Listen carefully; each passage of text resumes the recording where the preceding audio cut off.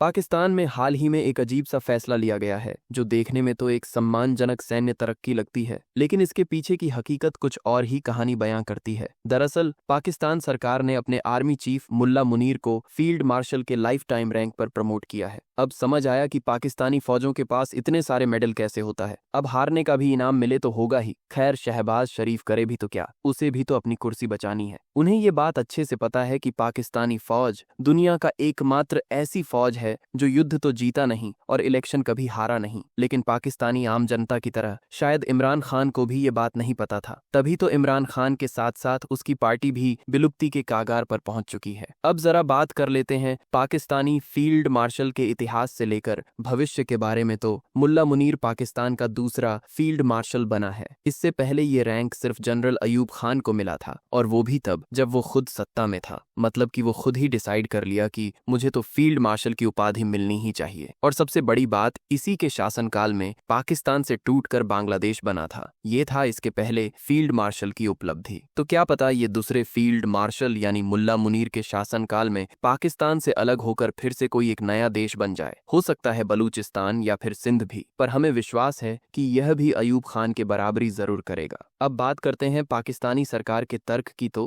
कहना है कि मुनीर को ये सम्मान ऑपरेशन बुनियानाम मारसूज, जिसे देशी रूप से ऑपरेशन बनियान कह सकते हैं। तो इस ऑपरेशन के दौरान मुल्ला मुनीर की लीडरशिप में उसने पाकिस्तान को भारत से बचाया। हाँ, ये अलग बात ही कि वह खुद बंकर में छिपा था, पर ये पाकिस्तान है, यहाँ इसे एक हिस्टोरिक विक्ट्री की तरह पेश किया जा रहा है, बिल्कुल आसमानी किताब की तरह। वहाँ की प्रधानमंत्री कार्यालय ने भी इस नैरेटिव को मजबूत करने के लिए उन सभी सैनिकों और अफसरों को भी स्टेट ऑनर्स देने का भी ऐलान किया है जो इन ऑपरेशनों में शामिल था। अब कुछ लोग कहेंगे कि क्या ये सम्मान भी जरूरी है? तो हाँ, बिल्कुल जरूरी है, क्योंकि ये सब वो लोग हैं जो अचानक दिन हो गया योजना का लाभ नहीं ले पाया।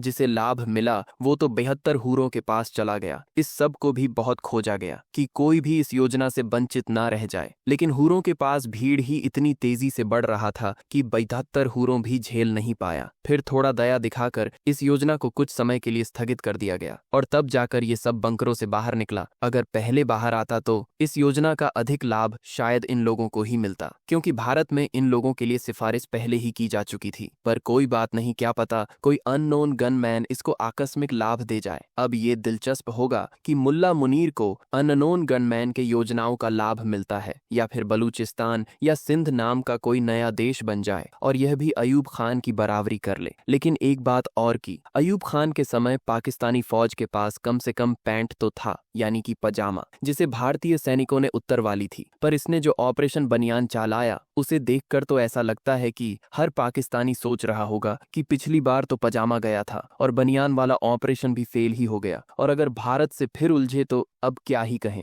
नहाएगा क्या और निचोड़ेगा क्या वाला हाल हो जाएगा। अरे एक चीज तो भूल ही गए कि सरकार ने तो पाकिस्तान का पानी भी बंद कर दिया है। अब पीने के लिए पानी है ही नहीं तो नहाएगा कैसे? इस पर आपका क्या कहना है? कमेंट कर जरूर बताएं। कमेंट बॉक्स आप ही के यूज के लिए है।